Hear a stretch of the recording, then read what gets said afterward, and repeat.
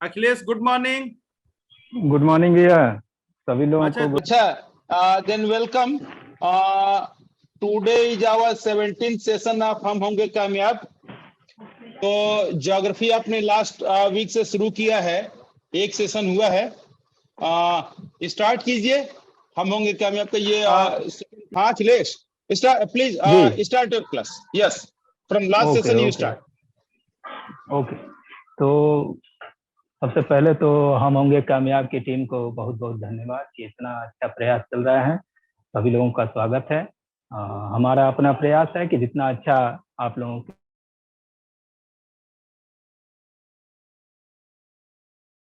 प्रयास रहे,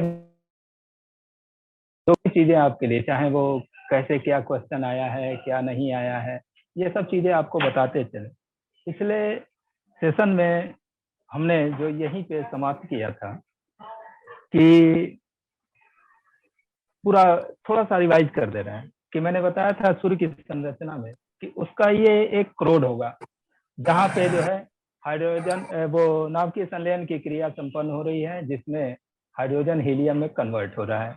फिर जो दूसरा एक स्तर बताया था उसमें जो है एक्स किरणें, गामा किरणें और फोटॉन, ये तीनों जो है यहाँ से निकलते हैं।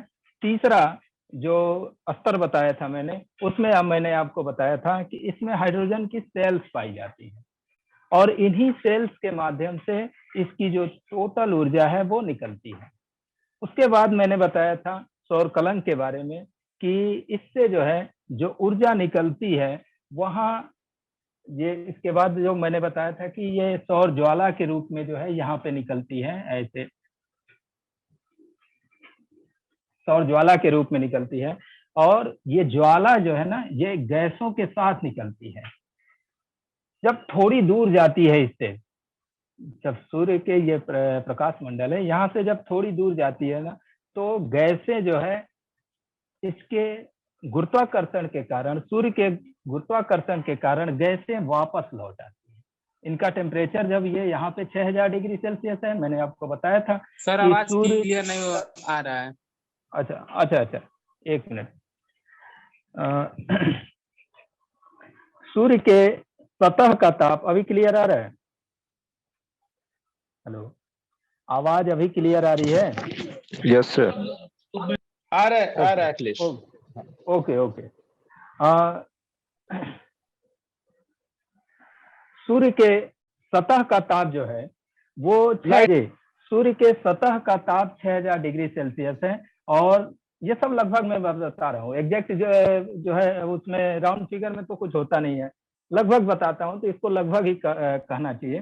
तो 6000 डिग्री सेल्सियस है। जब ये गैसें आगे की ओर बढ़ती है ना, तो धीरे धीरे इनका टेम्परेचर कम होता जाता है और जब इनका टेम्परेचर लगभग 4000 डिग्री सेल्सियस के आसपास तक आता है तो उसके बाद इनकी ऊर्जा कम हो जाती है, जो गतिज ऊर्जा है वो कम हो जाती है। और वैसी स्थिति में ये जो है सूर्य का गुरुत्वाकर्षण बल इनको जो है गैसों को अपनी ओर खींच लेता है, तो ये क्या होती है, लौट आती है। अब यहाँ पर एक चीज और मैंने बताया था कि आप ये ध्यान दीजिएगा कि गैसें लौट आती हैं, जो एनर्जी निकल गई वो एनर्जी आगे तक जाती है, ठीक है, वो एनर्जी आगे तक जाती है। और ये जो गैसें लौट के आती है ना, यहाँ पे आते आते फिर इनका टेम्परेचर जो है बहुत कम हो जाता है, लगभग 1500 डिग्री सेल्सियस तक हो जाता है। और यहाँ पर ये एक ठंडा क्षेत्र होता है जो हमको जो है एक स्पॉट के रूप में, धब्बे के रूप में देखता है, और उसी को सौर कलंक कहा जाता है, उसी को सौर कलंक कहा जाता है। या एक और चीज इस बार मैं बता रहा हूँ, पिछली बार मैंने नहीं बताया, इसको कूलर पैच भी कहा जाता है। कूलर पैच यहां हम लिख दे रहे हैं, कूलर पैच, या इसी को सौर कलंक भी कहें। इतनी चीजें मैंने आपको बता दी। अब अरोरा बोरियालिस और अरोरा ऑस्ट्रालिस पे मैंने खत्म किया था, वहां पर अभी हम आ रहे हैं। यहाँ सौर कलंक के बारे में एक चीज और बता दे आपको, मैंने आपको पिछली बार ही बताया था कि ये सौर कलंक का पूरा जो चक्र है, चक्र का मतलब ये है कि एक दिन ये यहाँ पर दिखेगा, एक दिन नहीं, कुछ समय तक यहाँ पर दिखेगा, फिर कुछ समय तक यहाँ पर दिखेगा, फिर धीरे धीरे ये जो है ऐसे क्रमशः आगे की ओर खिसकता जाएगा। और 40 डिग्री अक्षांश, सूर्य का अक्षांश 40 डिग्री अक्षांश तक ये ऐसे जाएगा। फिर यहाँ से फिर अगली बार जब वो सौर कलंक दिखेगा तो वो यहाँ पे दिखेगा। फिर उल्टा ऐसे जो है क्रमशः ये इसके इक्वेटर तक, सूर्य के इक्वेटर तक आएगा, यानी 0 डिग्री जो का होता है वहां तक आएगा, अक्षांश तक, 0 डिग्री अक्षांश तक आएगा। तो इस तरीके से इसमें समय लगता है, यहाँ से यहाँ तक जाने में 5.5 वर्ष का समय लगता है। फिर यहाँ से लौट कर यहाँ तक आने में 5.5 वर्ष का, टोटल 11 वर्ष का समय लगता है। इसी को कहा जाता है सौर कलंक चक्र, सौर कलंक चक्र। तो अगर कभी आपसे कंपटीशन में पूछ दे सौर कलंक चक्र कितने समय का, कितनी अवधि का होता है, या कितना उसका ड्यूरेशन होता है, समय कितना होता है, तो वो होता है 11 वर्ष का।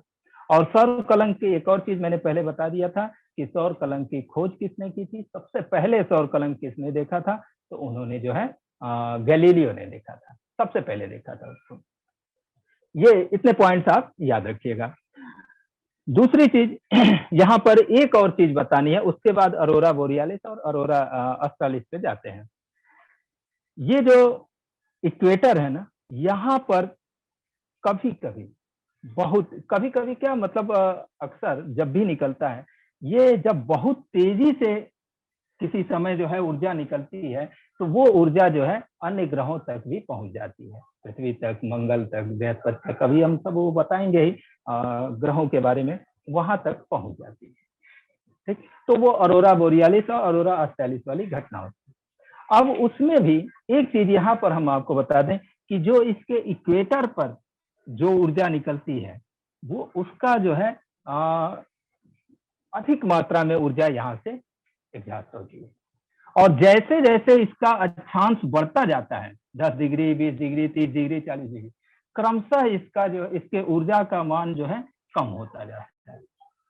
यानी कम मात्रा में ऊर्जा, यहाँ सबसे अधिक मात्रा में ऊर्जा निकलेगी और यहाँ सबसे कम मात्रा में ऊर्जा निकलेगी। और यही कारण है कि इक्वेटर पर जो सौर कलंक दिखता है या जो बनता है, वो सबसे बड़ा बनेगा। और क्रमशः आप देखते जाएंगे कि इक्वेटर के बाद ये क्रमशः जो है धीरे धीरे धीरे धीरे छोटा होता जाएगा, 40 डिग्री अक्षांश पे सबसे छोटा, फिर यहाँ से उल्टा लौटेगा। ठीक है, तो ये जो है आपका इस तरीके से होगा। तो सबसे बड़ा सौर कलंक कहाँ दिखता है? इक्वेटर पर, सूर्य के इक्वेटर पर। ठीक, और सबसे छोटा सौर कलंक दिखेगा 40 डिग्री, सूर्य के 40 डिग्री अक्षांश पर। ये चीज जो है पहले ध्यान रखिए।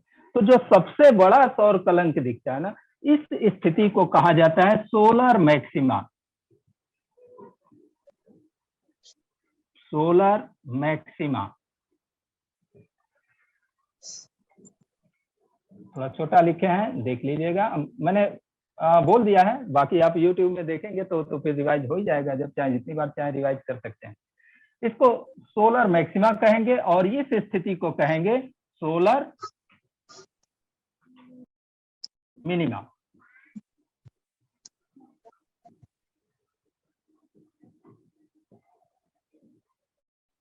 तो सोलर मैक्सिमा से सोलर मिनिमा के बीच का जो समय लगता है, सोलर मैक्सिमा से सोलर मिनिमा तक जाने में वो 5.5 वर्ष, और फिर सोलर मिनिमा से सोलर मैक्सिमा तक आने में 5.5 वर्ष, पूरा चक्र पूरा हो जाता है। इसी को सौर कलंक चक्र कहते हैं। और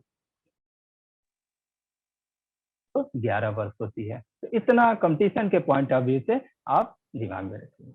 अब बात आ जाती है कि सर जो ऊर्जा निकल जाती है बड़ी तेजी से, अगर यहाँ से हमेशा एक ही मात्रा में ऊर्जा इससे नहीं निकलती रहती, ये ध्यान दीजिएगा।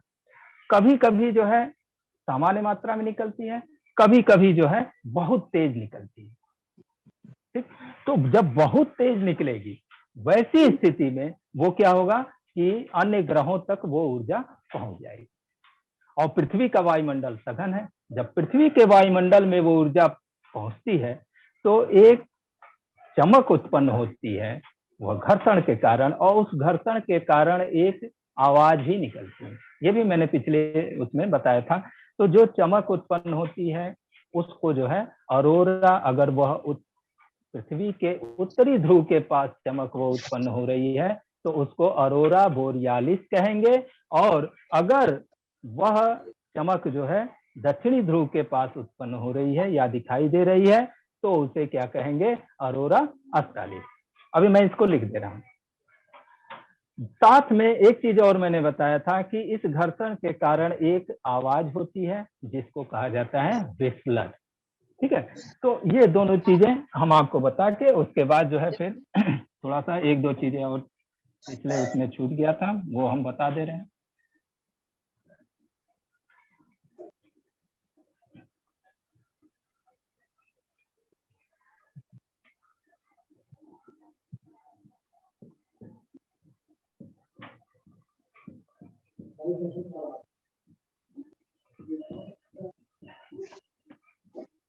अरोरा बोरियालिस और अरोरा ऑस्ट्रालिस।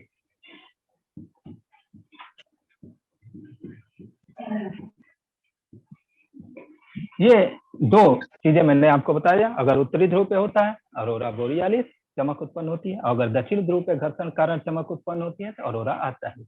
एक वर्ष याद कर लीजिएगा, एक भूलेगा नहीं। नीचे आप जानते हैं दक्षिणी गोलार्ध में जो है ऑस्ट्रेलिया है, तो दक्षिणी ध्रुव के पास उसी से मिलता जुलता ये शब्द है ऑस्ट्रालिस। बस ये याद रखेंगे तो दूसरा ऑटोमेटिक याद रहेगा, अरोरा बोरियालिस। ठीक। व्हिस्लर जो एक शब्द है सीटी, जैसे उसी से आप समझ जाएंगे कि वो जो घर्षण उत्पन्न होता है उसके कारण एक आवाज होती है और उसको कहा जाता है व्हिस्लर। ठीक। ये दो तीन पॉइंट जो पिछली बार भी चर्चा कर दिए थे उसको एक तरीके से रिवाइज कर दिए। एक दो पॉइंट जो आपको मैंने बताया कि शुरू में ही बताया था कि सूर्य क्या है, गैस का गोला है। तो इसमें गैसों की मात्रा क्या है, सामान्य रूप से आप पढ़ते ही हैं, कंपटीशन से अगर आप जुड़े हुए हैं, थोड़ा भी पढ़े हैं तो ये सब आप जानते ही हैं कि सूर्य में सबसे अधिक मात्रा में क्या है, हाइड्रोजन, और उसके बाद हीलियम। वही हाइड्रोजन हीलियम में कन्वर्ट हो रहा है। धीरे धीरे धीरे धीरे हीलियम की मात्रा अधिक हो जाएगी, हाइड्रोजन कम हो जाएगा। ठीक है, अभी जो मात्रा है वो हाइड्रोजन की मात्रा लगभग 71%, हीलियम की मात्रा लगभग 26.5%, और शेष में जो है, शेष कितना बचा, बस 2.5% बचा। 2.5% में जो है शेष गैसें हैं। ठीक है, तो ये याद रखिएगा।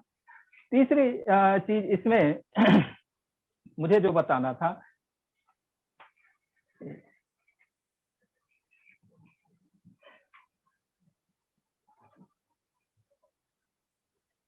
हाँ एक चीज एक बार क्वेश्चन पूछा है, थोड़ा सा क्वेश्चन वगैरह उसको हम नोट किए थे कि वो सब छूटने ना पाए।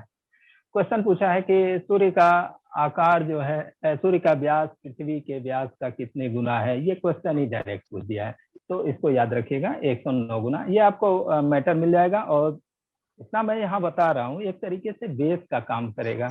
कोई चीज अगर समझ में नहीं आ रही है, मुझे समझ में आ गया है, तो वो चीज आपको समझने का काम करेगा। बाकी आपको मेहनत तो करना ही पड़ेगा, ये बेस का काम करेगा। ये पढ़ लेंगे, समझ लेंगे, तो आपको ज्योग्राफी पढ़ने में कहीं कोई दिक्कत नहीं होने पाएगी। जैसे जैसे आगे वो चलेगा हम आपको सारी चीजें बताते जाएंगे। एक और चीज है तारामंडल। तारामंडल किसको कहते हैं? जो हमारी गैलेक्सी में या अन्य भी गैलेक्सीज में होंगी, हमारी गैलेक्सी में ताराओं का समूह होता है जो एक निश्चित क्रम में व्यवस्थित रहते हैं। वो एक आकृति बना ली गई है, वो आकृति उस तरीके से ऐसे खींच के बना लिया जाता है कि हाँ वो निश्चित क्रम में व्यवस्थित रहते हैं। एक उदाहरण दे रहा हूं, हम लोगों का एक आप सुने होंगे तारों का एक समूह है जिसे सप्तर्षि मंडल कहते हैं। कुछ इस तरीके से है, इस तरीके से है सप्तर्षि मंडल। तो ऐसे ही बहुत सारे तारे जो हैं आपके उन्होंने एक समूह बना लिया है। तो इन समूहों को ही जो है तारामंडल कहा जाता है, उनके उतने निश्चित समूह को। और यही जो है नक्षत्र के रूप में भी है, राशियों के रूप में जाने जाते।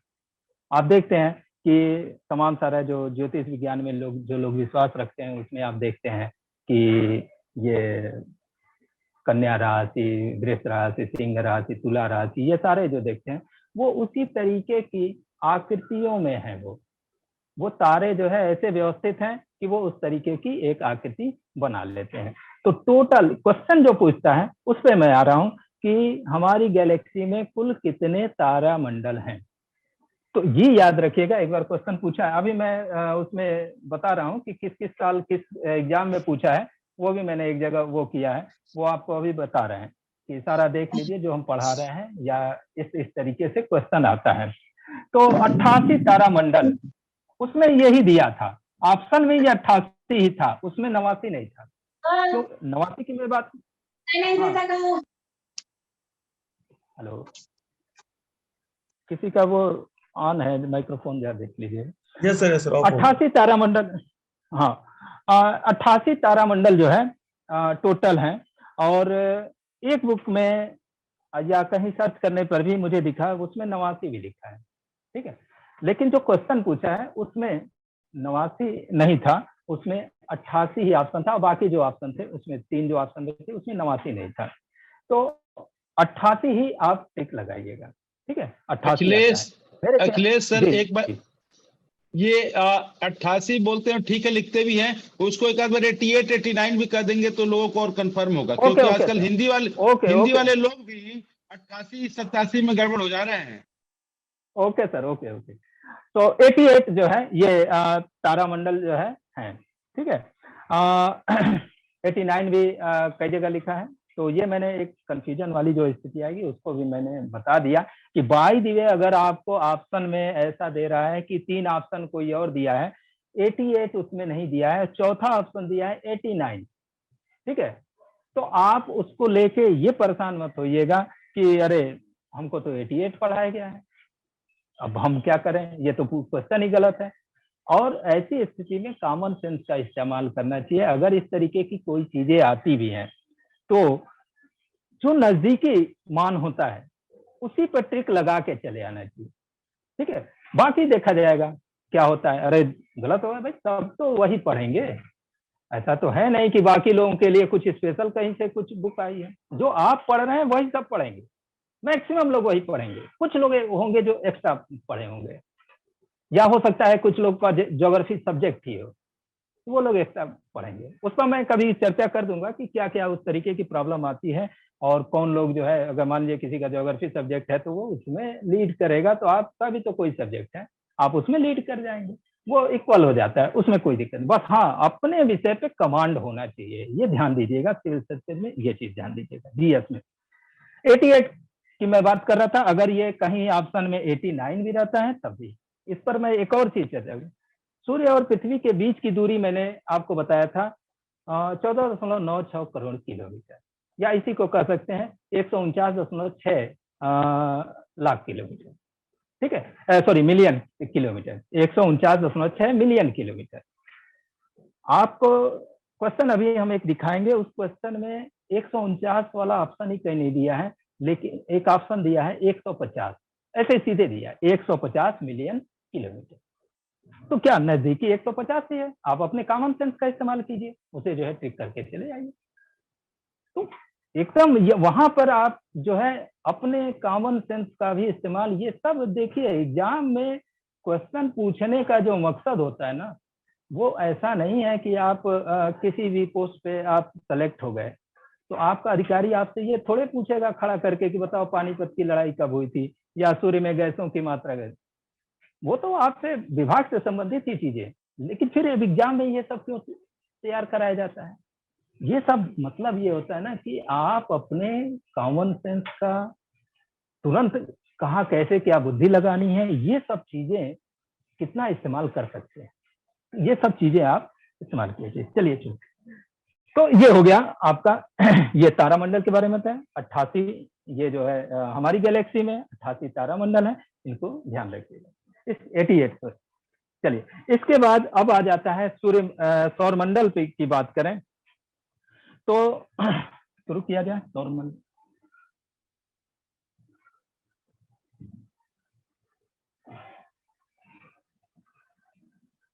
चलिए सौर मंडल शुरू किया जाए।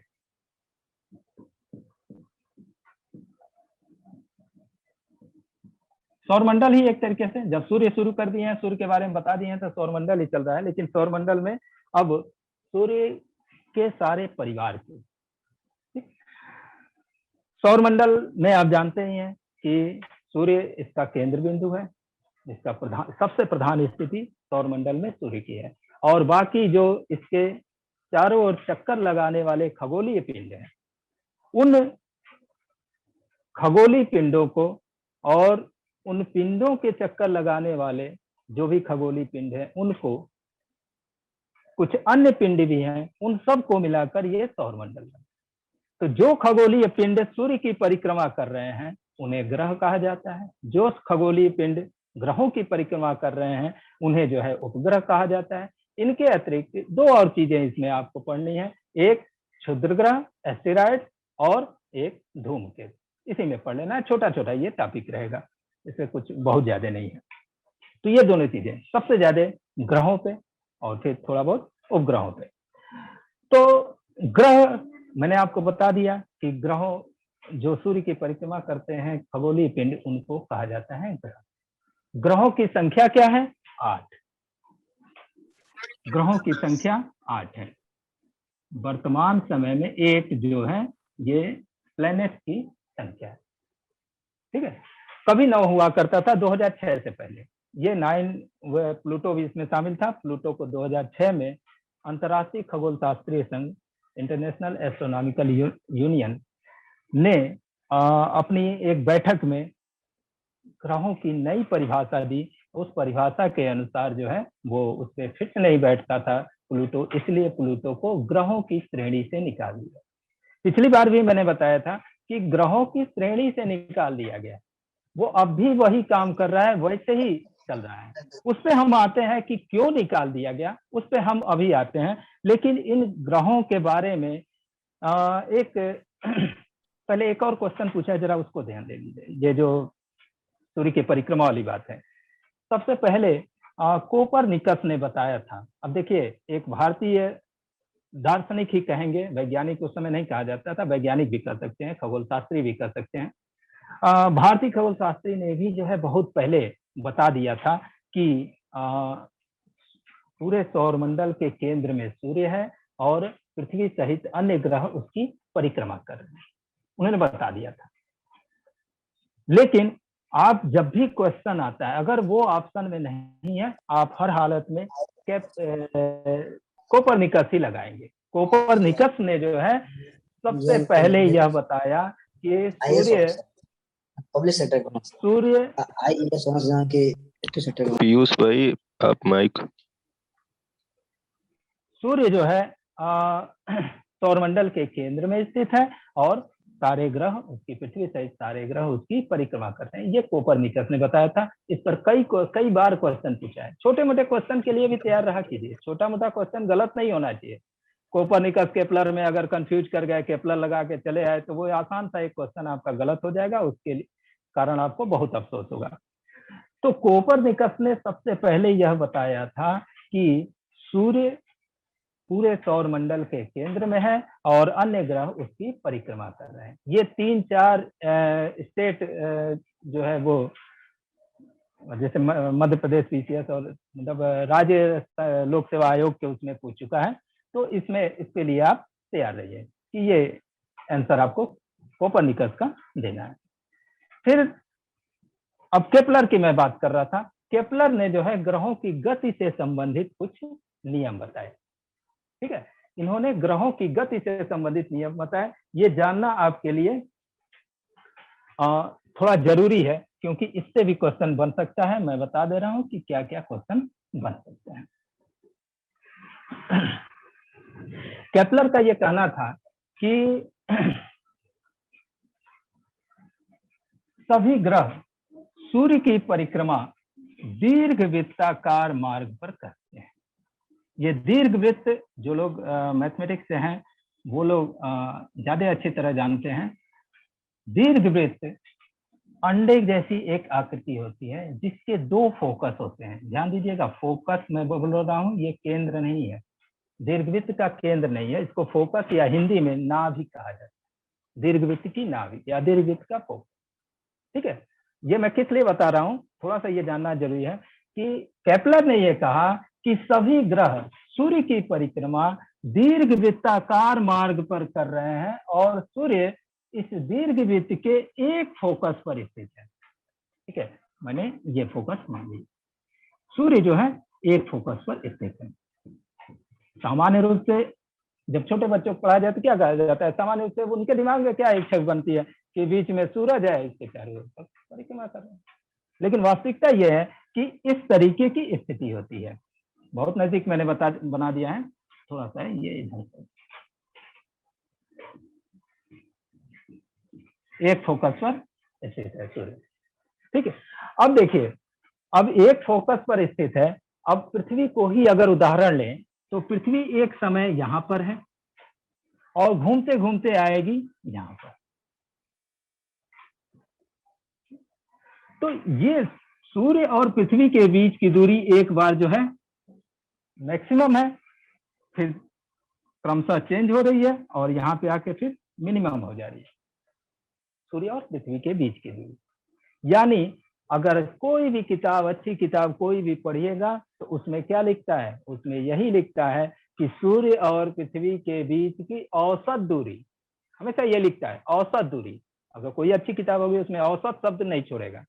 ठीक है, तो सूर्य और पृथ्वी के बीच की औसत दूरी ये होती है, जो 14.96 करोड़ किलोमीटर मैंने लिखा है। तो औसत कैसे, जो मैक्सिमम दूरी है, जो मिनिमम दूरी है, दोनों को प्लस करके 2 का भाग दे दीजिए, वो जो है औसत दूरी आ रही है।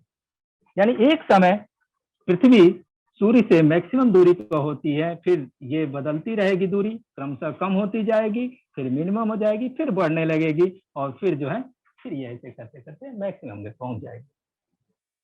ठीक, इतना तो जान गए। ठीक है, उपसौर और अपसौर वाला उस पर बाद में बात करेंगे, लेकिन यहाँ जो केपलर कर रहे हैं वो सारे ग्रहों के बारे में कर रहे हैं, तो केपलर पे हम लोग कंसंट्रेट करते हैं। केपलर का कहना है, दूसरा उन्होंने जो नियम बताया, उन्होंने ये कहा कि सूर्य और ग्रह को मिलाने वाली रेखा, यहाँ आप ग्रह पृथ्वी माने हैं तो हम ऐसे बोल रहे हैं, सूर्य और पृथ्वी को मिलाने वाली रेखा समान समयांतराल में, यानी समान समय के अंतर में समान क्षेत्रफल तय करती है। ये ध्यान दीजिएगा, समान क्षेत्रफल की बात करें। फिर से मैं रिवाइज कर दे रहा हूं, इसको समझ जाइए। ये जो रेखा है पूरी ना, एक काल्पनिक रेखा, कोई रेखा तो ऐसे खींची नहीं जा सकती, एक काल्पनिक रेखा है, जो अगर हम एक दिन का समय लें तो एक दिन में ये अगर पृथ्वी यहां से यहां आई तो ये पूरा जो क्षेत्र बना, इसका क्षेत्रफल, ये इनका केपलर का कहना है कि ये क्षेत्रफल कांस्टेंट रहेगा चाहे पृथ्वी कहीं जाए। ठीक है, उतना ही क्षेत्रफल ये तय करेगी। अभी आगे जैसे हम बता रहे हैं आपको समझ में, तो उतना ही क्षेत्रफल तय करेगी। तो यहां पर आके जरा देखिएगा, ये ऐसे बढ़ाना, दूरी कम हो गई ना भाई, तो ये ऐसे बढ़ाना पड़ेगा तभी तो इतना क्षेत्रफल बनेगा। ये क्षेत्रफल हमेशा समान रहेगा। अब क्षेत्रफल समान रहेगा तो जरा ये दूरी देखिए, ये यहाँ इतनी दूरी है, यहाँ इतनी दूरी, कैसा उसी स्पीड से इतनी दूरी कैसे।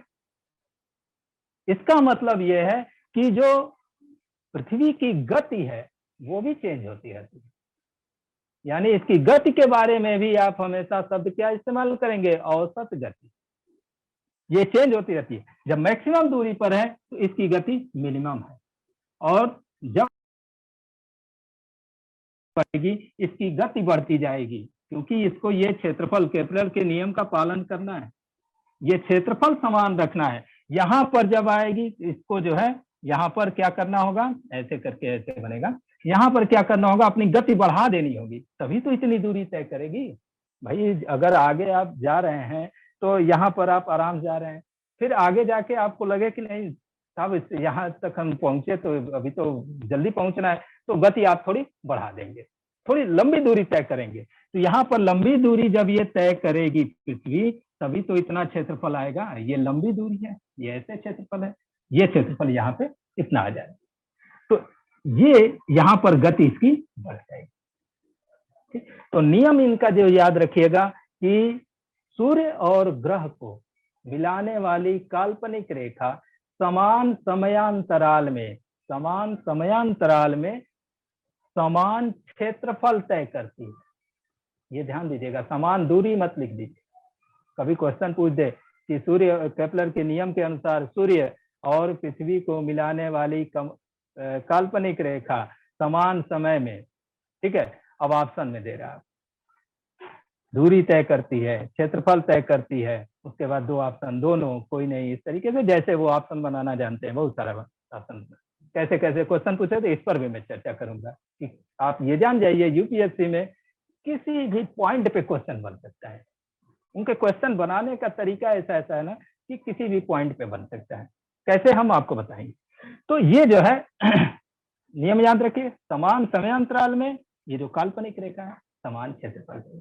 इस कारण से जब ग्रह सूर्य से मैक्सिमम दूरी पर होता है तब उसकी स्पीड जो है मिनिमम होती है, अधिक न्यूनतम होती है, और जब इनके बीच की दूरी सबसे कम होती है उस स्थिति में ग्रह की गति सबसे तेज यानी मैक्सिमम। तो पूरे यात्रा के दौरान, पूरी परिक्रमा के दौरान ग्रहों की गति चेंज होती रहती है, ये ध्यान दीजिए, ठीक। तो ये एक केपलर का नियम। और उसके बाद तीसरा नियम जो बताया उन्होंने वो कोई बहुत खास नहीं है, उसमें यह है कि जैसे जैसे ग्रहों की सूर्य से दूरी बढ़ती जाती है, जैसे पृथ्वी है, पृथ्वी के बाद मंगल है, उसके बाद बृहस्पति है, जैसे जैसे दूरी बढ़ती जाती है उनका जो है अब नेक्स्ट में करते हैं अवधि। तो थोड़ा सा वो जब सेशन ये वाला समाप्त हुआ उस समय मुझे पता नहीं था, मैं फिर से रिवाइज कर रहा हूँ। ये 8 ग्रह हैं। प्लूटो को ग्रहों की श्रेणी से निकाल दिया गया है, 2006 में निकाला गया। अंतर्राष्ट्रीय खगोल शास्त्रीय संघ की एक बैठक हुई, उसमें जो है ग्रह की परिभाषा थोड़ी बदल दी गई, थोड़ा सा एक पॉइंट एक्स्ट्रा उसमें जोड़ दिया गया, और उसके कारण प्लूटो जो है ग्रहों की श्रेणी में अब नहीं गिना जाता है, ठीक। तो प्लूटो करता क्या था? प्लूटो जो है, अगर हम, ये सूर्य है और ये नेपच्यून का मार्ग है, सिर्फ हम सीधे लास्ट जो इस समय सबसे दूर जो ग्रह है उसके मार्ग की बात कर रहे हैं। अगर ये मार्ग है और इसके बाद जब प्लूटो था तो प्लूटो क्या करता था ना, इसके जो है मार्ग को ऐसे काटता था, एक निश्चित समय बाद ये इसके मार्ग को काट देता था। और होता क्या था कि ये प्लूटो कभी सूर्य, जैसे सूर्य से सबसे दूर स्थित ग्रह कौन सा है, अब उस समय हम लोग पढ़ते थे तो प्लूटो है। लेकिन अब आप सोचिए, जब ये इसके मार्ग को काट दिया, यहाँ पर है, तो सबसे दूर ग्रह कौन सा है? तब वो हो जाता था, नेपच्यून हो जाता था। तो ये बदलता रहता था, ये एक प्रॉब्लम अक्सर आती रहती थी कि कभी जो है प्लूटो सबसे दूर ग्रह है, कभी जो है नेपच्यून, इन दोनों में ये प्रॉब्लम आती है। तो ये और भी जो भी प्रॉब्लम आती हो वो वही लोग जानेंगे, जो परिभाषा उन्होंने दिया है उस हिसाब से यही एक प्रॉब्लम पता चलती है। उन्होंने परिभाषा दिया, जब बाकी चीज तो मैंने आपको बता ही दिया कि जो भी खगोलीय पिंड सूर्य की परिक्रमा कर रहे हैं उन्हें ग्रह कहते हैं। उसी में एक पॉइंट इन्होंने और जोड़ दिया कि 2 पॉइंट, एक तो उसका आकार जो है इतना होना चाहिए कि उसके अंदर पर्याप्त गुरुत्वाकर्षण। और ये ध्यान दीजिएगा, जब प्लूटो था ना ग्रहों की श्रेणी में, तो सबसे छोटा ग्रह उस समय ये प्लूटो ही हुआ करता था, इसका आकार बहुत छोटा है। तो पहली चीज तो इसमें भी उन्होंने, वैज्ञानिकों ने कहा कि ये भी जो है इस हमारी जो रिक्वायरमेंट है उसको ये फुलफिल नहीं करते हैं, हमारी जो डिफिनेशन है उसको फुलफिल नहीं कर रहे हैं ये। तो पहली चीज ये। दूसरा उन्होंने ये कह दिया, जिसके कारण तो इनको एकदम निकलना ही निकलना था, उन्होंने कहा कि सौरमंडल के परिवार का सदस्य होने के लिए यह भी जरूरी है अपने मार्ग पे परिक्रमा करते हुए किसी अन्य ग्रह के मार्ग को न काटे। लेकिन ये क्या करता था, नेपच्यून के मार्ग को काट देता था, कुछ समय के लिए ही। देखिए इतने समय के लिए, 20 वर्ष लगभग ये समय होता था, 20 वर्ष के लिए ये जो है इनके मार्ग को काट देता था, फिर इधर चला जाता था, फिर घूम के आता था, फिर से काटता था। तो ये जो स्थिति इनकी बनी ना, इस कारण से इनको ग्रहों की श्रेणी से निकाल दिया गया। तो इतना डिटेल कभी आपसे पूछेगा नहीं, कभी एक जिज्ञासा रही तो इसलिए हमने बता दिया। बस ये जानिएगा कि वर्तमान समय में ग्रहों की संख्या 8 है और अब इन 8 ग्रहों के आधार पर ही बाकी सारे क्वेश्चन बनते हैं। हाँ, ये जरूर क्वेश्चन आपसे पूछ सकता है कि किस वर्ष प्लूटो को ग्रहों की श्रेणी से बाहर किया गया, तो ये याद रखिएगा, वर्ष 2006। 2006 में प्लूटो को ग्रहों की श्रेणी से बाहर कर दिया गया। मैंने ये चीज बता ही दिया कि अभी भी वैसे ही वो काट रहा है मार्ग, और चाहे जो भी उसका काम वही है, वो कर रहा है, बस उसको ग्रहों में गिना नहीं जाता। जब हम ग्रह की बात करते हैं तो 8 ग्रह की ही बात करते हैं। ठीक, तो ये आपका हो गया। अब हम लोग आते हैं, ये जो 8 ग्रह हैं इनकी बात करते हैं। अब वो प्लूटो को जाने दीजिए, उनको निकाल दिया गया तो अब उसकी कोई बात ही नहीं है। ये 8 ग्रह हैं, इनकी बात करते हैं। तो इसमें से जो ये 2 ग्रह है ना, बुध और शुक्र, बुध और शुक्र को इंफीरियर ग्रह कहा जाता है, ये याद रखिएगा। इंफीरियर ग्रह, इंफीरियर प्लैनेट।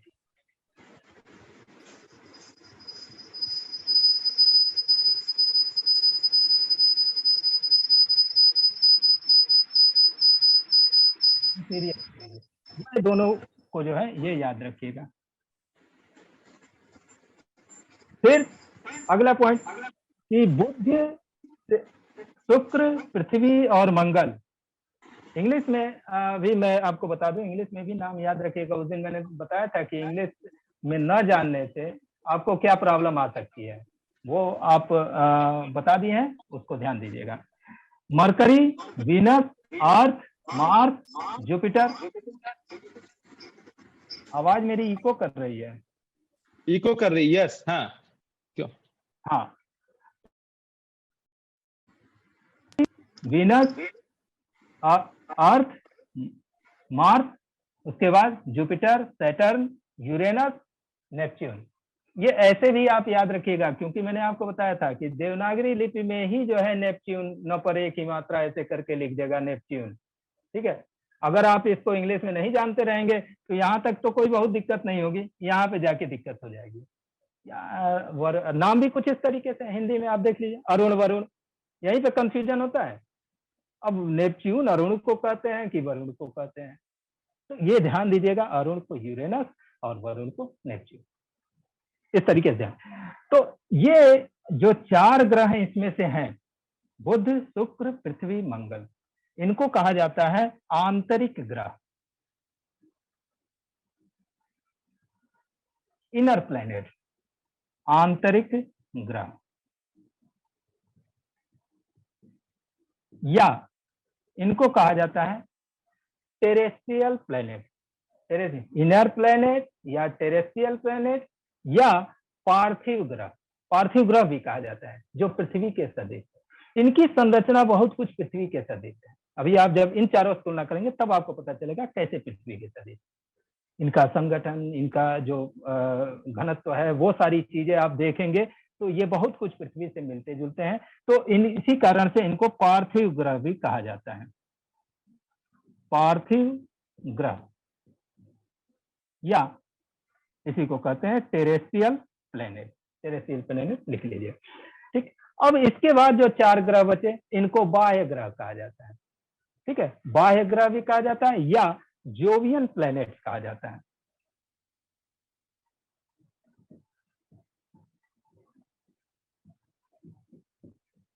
जोवियन प्लैनेट,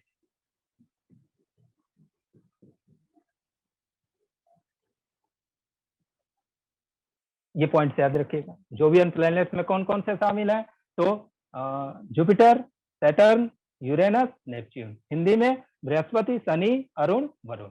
आप ये जान जाइए कि इसको जो है क्रम एकदम रट जाइए। हम भी याद किए हुए हैं, हमको कहीं वो नहीं होता, एकदम से रट गए हैं। जैसे पहाड़ा दो के 2 याद करते हैं ना, वैसे रट गए हैं। बुध, शुक्र, पृथ्वी, मंगल, बृहस्पति, शनि, अरुण, वरुण, ऐसे आप याद कर जाइए। इसकी बहुत जरूरत पड़ेगी। अभी मैं बताऊंगा या नेक्स्ट सेशन में बताऊंगा कि कैसे कैसे। नेक्स्ट सेशन में मैं बहुत कुछ क्वेश्चन पर ही रखूंगा कि आपको ये लगे ना कैसे कैसे क्या क्वेश्चन पूछा है। क्वेश्चन क्या पूछा है कि निम्न में से कौन से 2 ग्रह बृहस्पति और शुक्र के बीच स्थित हैं, ऐसे क्वेश्चन पूछा है। ठीक है, एक क्वेश्चन पूछने का तरीका ये। तो बृहस्पति और शुक्र के बीच देख लीजिए मंगल, और 4 ऑप्शन कोई बना सकता है आपको, शनि, अरुण, मंगल, बुध, शुक्र, पृथ्वी, जैसे भी, और एक जो है बृहस्पति और शुक्र के बीच में ना, तो मंगल और पृथ्वी, ये ऑप्शन सही वाला ऑप्शन होगा। तो जब क्रम से आप याद रखेंगे तो ये आपको कोई दिक्कत होने नहीं पाएगी। इससे क्रम से कई चीजें जो है आपका क्लियर हो जाएगा। जैसे एक क्वेश्चन कभी पूछता है छोटे मोटे एग्जाम में, सूर्य के सबसे नजदीक कौन सा ग्रह है? बुध। सूर्य के सबसे दूर कौन सा ग्रह है? वरुण या नेपच्यून। ये भी आपका हो जाएगा, ठीक। और एक और चीज पूछता है क्वेश्चन, देखिए वही पूछने का तरीका, 4 ग्रहों का नाम दे देगा, 1 मंगल, 2 वरुण, 3 शुक्र और 4 शनि, ऐसे 4 जो है पॉइंट डाल के लिख देगा। अब नीचे लिखेगा कि सूर्य से बढ़ती दूरी के अनुसार इन ग्रहों का सही क्रम क्या होगा। अब आपको ऑप्शन दे रहा है 1 2 3 4, 2 3 1 4। अब देख लीजिएगा कैसे क्या सूर्य से बढ़ती दूरी के अनुसार ये आपको लगाना है। और इस तरीके का 3 क्रम हम आपको यहाँ पर कम से कम 3 क्रम बताएंगे। किसका किसका? पहला तो मैंने बताया कि सूर्य से बढ़ती दूरी के अनुसार, यही क्रम है एकदम, ठीक। दूसरा पृथ्वी से बढ़ती दूरी के अनुसार। अब पृथ्वी से बढ़ती दूरी ये मत समझिएगा कि यहाँ से ऐसे कर देंगे, नहीं। पृथ्वी से बढ़ती दूरी का मतलब कि यहाँ पर आप देखिए कि पृथ्वी और मंगल के बीच कम दूरी है, देखिए दोनों ग्रह अगल बगल है, तो यहाँ पर एक समस्या हो सकती है कि जो ये दूरी कम है कि ये दूरी कम है, तो वहां पे हम आपको अभी लिखवा रहे हैं तो बताएंगे। तो ये जो है दूरी कम है, फिर ये, फिर ये, फिर उसके बाद ये। तो ये उस जो क्वेश्चन मैंने पूछा 1 2 3 4 वाला, वो इससे भी बनाया है कि पृथ्वी से बढ़ती दूरी के अनुसार इन ग्रहों का सही क्रम क्या है।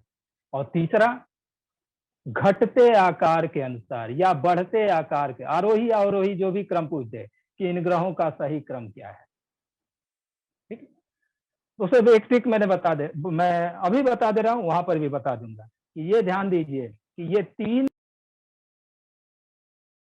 क्रम बताएंगे। इस क्रम में ये जो जोवियन ग्रह हैं हमेशा एक साथ रहेंगे और इसी क्रम में रहेंगे। यहाँ पर देखिए एक क्रम है इनका, जब यहां तक आप आ जाते हैं उसके बाद बृहस्पति, शनि, अरुण, वरुण, ठीक। फिर जब पृथ्वी से दूरी होगी तो बृहस्पति, शनि, अरुण, वरुण, ये इधर वाला पहले आ जाएगा, उसके बाद बृहस्पति, शनि, अरुण, वरुण। यहां तक तो ठीक है। फिर जब आकार की बात आएगी ना, वहां भी ये यहां से यहां ये इसी क्रम में, पहले इनको लिख लेंगे, बृहस्पति, उससे छोटा शनि, उससे छोटा अरुण, उससे छोटा वरुण, उसके बाद 5वें नंबर पे पृथ्वी आती है। याद करने का तरीका देखिएगा, 5वें नंबर पे पृथ्वी आती है, और पृथ्वी की बहन या जुड़वा ग्रह कौन है? शुक्र। तो जुड़वा क्या होता है भाई? जुड़वा तो वही होता है ना कि थोड़ा सा छोटा बड़ा, जो जिनके जन्म में थोड़ा सा छोटा बड़ा का अंतर होता है, एक ही साथ जन्म होता है, वही जुड़वा होते हैं। तो थोड़ी सी ये जो है, ये थोड़ा सा ये ग्रह छोटा है। अब बहन कह रहे हैं तो मौसी कह लीजिए, माता अगर इनको कहते हैं तो मौसी हो जाएंगी। तो ये जो है थोड़ी छोटी है। अब उसके बाद याद करने का तरीका बताएं। अब 2 बचे, बुध या मंगल। तो ये चीज तो आप याद ही कर लिए हैं कि बुध सबसे छोटा ग्रह है, 2 ही बचे हैं ना, तो ये सबसे छोटा ग्रह यानी सबसे लास्ट में जाएगा। और ये यानी पृथ्वी 5वें नंबर पे, उसके बाद शुक्र, उसके बाद मंगल, उसके बाद सबसे लास्ट में बुध, ठीक है। वो क्रम मैं अभी आपको लिखवा दे रहा हूं, या बुक्स में भी मिल जाएगा, वही क्रम रहेगा। तो ये एक पहले ये भी याद रखिएगा कि जोवियन प्लैनेट्स में ऐसे, इस पे क्या क्वेश्चन पूछेगा कि जोवियन प्लैनेट्स में निम्न में से कौन सा ग्रह शामिल नहीं है, ऐसे देवनागरी में लिख देगा जी। तो 3 इसमें से दे देगा, 1 इसमें से कोई दे देगा, तो जो इसमें से दिया रहेगा वो। या टेरेस्ट्रियल प्लैनेट में या पार्थिव ग्रहों में निम्न में से कौन सा ग्रह शामिल नहीं है, तो इन 3 इसमें से दे देगा, 1 को इसमें दे देगा।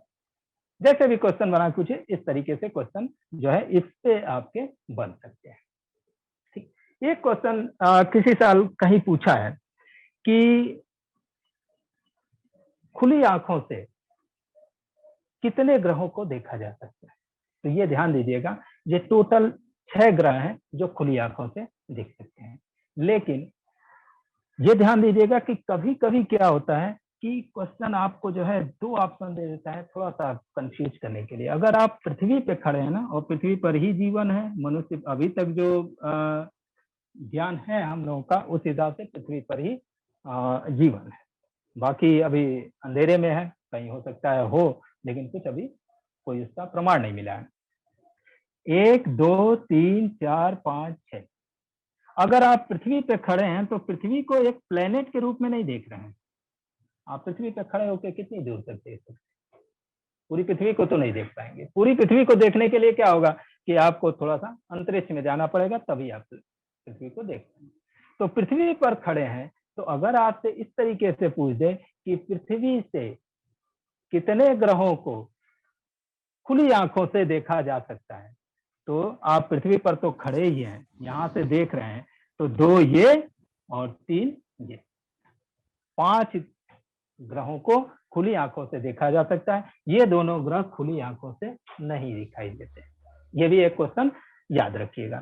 चलिए, तो ये हो गई इनकी ये बात ग्रहों के बारे में। अब अगली बात आती है एक एक ग्रहों की, या एक उसमें ही बस क्रम पहले हम लिखवा देते हैं। चलिए, वो पहले क्रम लिखवा देते हैं कि लिखवा क्या देते हैं, ये तो मैंने लिखवा ही दिया। एक आप लिखेंगे कि पृथ्वी से बढ़ती दूरी के अनुसार ग्रहों का क्रम। पृथ्वी से बढ़ती दूरी के अनुसार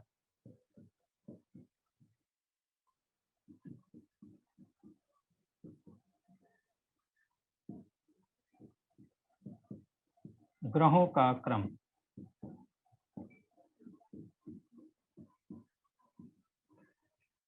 तो इसमें याद रखिएगा कि पृथ्वी को तो गिनना नहीं है, पृथ्वी से ही बढ़ती दूरी के अनुसार। यहाँ तो सूर्य है नहीं, सूर्य से वो था तो 8 ग्रह थे।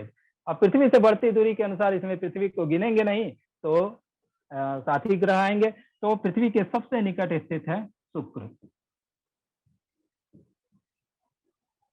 ठीक, इसके बाद जैसे दूरी बढ़ रही है क्रमशः, शुक्र के बाद आ जाएगा मंगल, बुध, और आपको इसके बाद बस ऐसे ही अगर लिख दें तो काम चल जाएगा। ऐसे लिख देंगे तो आप याद करने के लिए मजबूर हो जाएंगे। जोवियन ग्रह, और वो क्रम और से याद रखिएगा। चलिए वही लिख दे रहे हैं, नहीं तो हो सकता है उसका क्रम ही नहीं लिखे। बृहस्पति 60 में लिख दे रहे हैं, बृहस्पति, शनि, अरुण या यू लिख दे रहे हैं, यूरेनस, और लास्ट में नेपच्यून। ये क्रम रहेगा। ठीक है, सबसे नजदीक शुक्र। अगर आपसे कभी पूछता है कि सूर्य के सबसे निकट स्थित ग्रह का नाम बताइए, तो शुक्र बताइएगा। क्रम पूछता है तो ऐसे बता दीजिएगा। और तीसरा तरीका मैंने बताया कि किस तरीके से क्वेश्चन पूछ सकता है, वो ये कि 4 ग्रहों का नाम दे देगा एट रैंडम, इधर उधर करके। ठीक है, बस ये कह देगा कि पृथ्वी से बढ़ती दूरी के अनुसार इन ग्रहों का क्रम बताइए। ये ध्यान दीजिएगा कि कभी हो सकता है बढ़ती दूरी पूछ दे, कभी घटती दूरी पूछ दे, आरोही क्रम या अवरोही क्रम।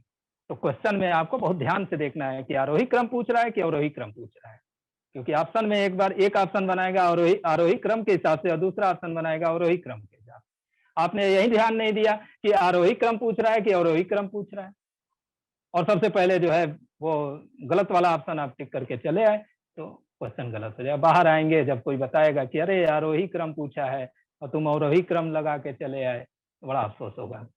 ठीक है, ये सब चीजें ध्यान दिया कीजिए। अब तीसरा जो क्रम मैंने आपको बताया वो क्या है, बता रहे हैं, वो है कि आकार के अनुसार।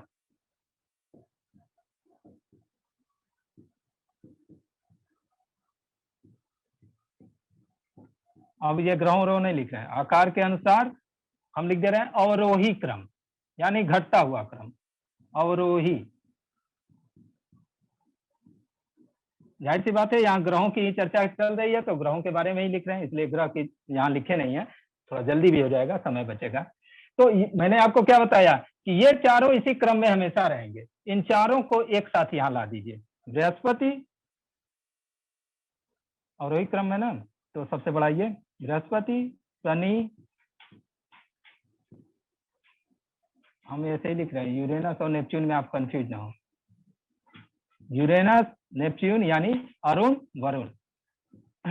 फिर आपका अब इतना तो कोई दिक्कत नहीं है, ये अगर आप एक बार याद कर लिए हैं तो वही टेप हमेशा चलेगा।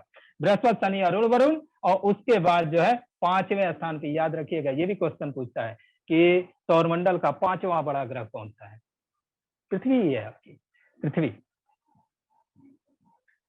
और उसके बाद थोड़ी सी छोटी इनकी बहन है शुक्र,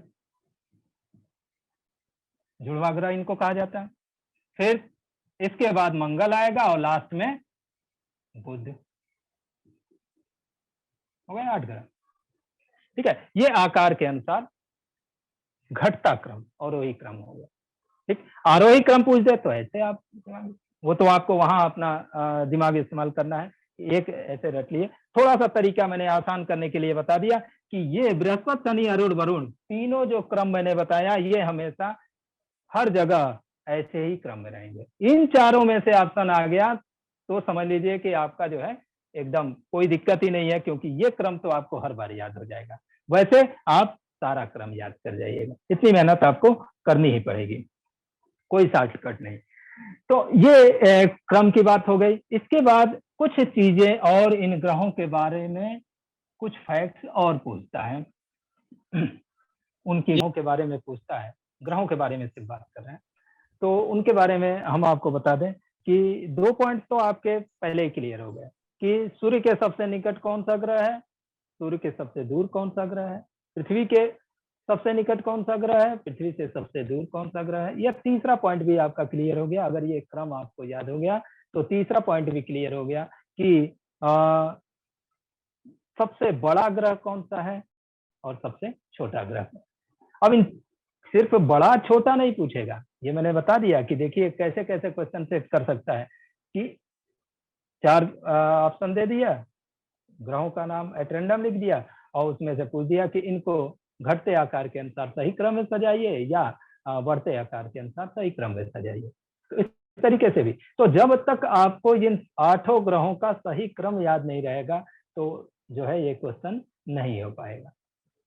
तो जो भी पूछे, चाहे सूर्य से बढ़ती दूरी या पृथ्वी से बढ़ती दूरी या आकार, ठीक है, तो इन सब का जो है क्रम आप याद रखिए। तो ये 3-4 क्वेश्चन पहले ये हो गया। उसके बाद पूछता है कि सबसे गर्म ग्रह कौन सा है। सबसे गर्म ग्रह है शुक्र, सबसे गर्म ग्रह।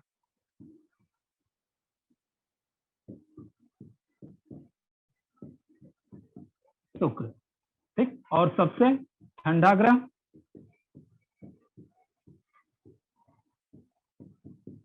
ये लास्ट में आपका वरुण या नेपच्यून। इसकी इंग्लिश में जरूर लिख रहा हूं ताकि आपको भूले नहीं। ठीक है, सबसे ठंडा, सॉरी यहां पर भी देखिए थोड़ा सा ये अरुण है, ये वरुण से जस्ट पहले वाला यूरेनस।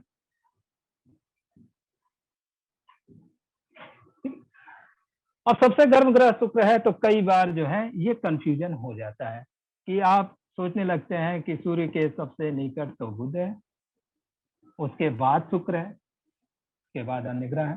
ठीक है, तो जब सबसे नजदीक बुध है तो शुक्र इससे गर्म कैसे हो गया, शुक्र इससे गर्म कैसे हो गया। तो ये ध्यान दीजिए कि बुध का वायुमंडल नहीं है, बुध ग्रह का वायुमंडल नहीं है और शुक्र ग्रह का वायुमंडल है, और इसके वायुमंडल में मैक्सिमम 96 to 97% कार्बन डाइऑक्साइड है। इसके वायुमंडल में एक तो यहाँ इसका वायुमंडल ही नहीं है, इसका वायुमंडल है तो उसमें भी जो है 95 to 97% जो है कार्बन डाइऑक्साइड है इसके वायुमंडल। अब आप जरा सोचिए कि पृथ्वी पर पृथ्वी के वायुमंडल में कार्बन डाइऑक्साइड की मात्रा कितनी है, कोई बताएगा? पृथ्वी के वायुमंडल में कार्बन डाइऑक्साइड की मात्रा लगभग कितनी है? सबसे अधिक तो जान नहीं जाएंगे, नाइट्रोजन बता देंगे, उसके बाद ऑक्सीजन। अगर पूछ दे आपसे कार्बन डाइऑक्साइड की मात्रा कितनी है ध्यान दीजिए। सर लगभग जो है, वैसे टाइमिंग हाँ बोलिए बोलिए। लेस देन 1 मिनट है सर। अच्छा कितने? Okay sir. अच्छा अच्छा ठीक है, मैं वो कर रहा हूँ। 0.03% है, ठीक है, 0.03%। अब सोचिए कि 0.03% है और ये बढ़ के एक अनुमान के अनुसार, इसमें ज्यादा दिन हो गया, 4-5 साल पहले मैंने पढ़ा था कि ये बढ़ के जो है 0.036% हो गया है। अब 0.036% हो गया है और पूरे पृथ्वी पर ग्लोबल वार्मिंग हाहाकार मचा है। यहाँ तो जो है 95 से 97% जो है कार्बन डाइऑक्साइड। अब सोच लीजिए यहाँ पर कितनी गर्मी होगी। यहाँ ग्रीन हाउस इफेक्ट की चर्चा, चूंकि समय कम है, अगली बार कर देंगे। यहीं पे हम जो है इसको आज का सेशन क्लोज करते हैं। थोड़ा सा इसमें टाइम लग रहा है, कुछ चीजें समझाने वाली हैं।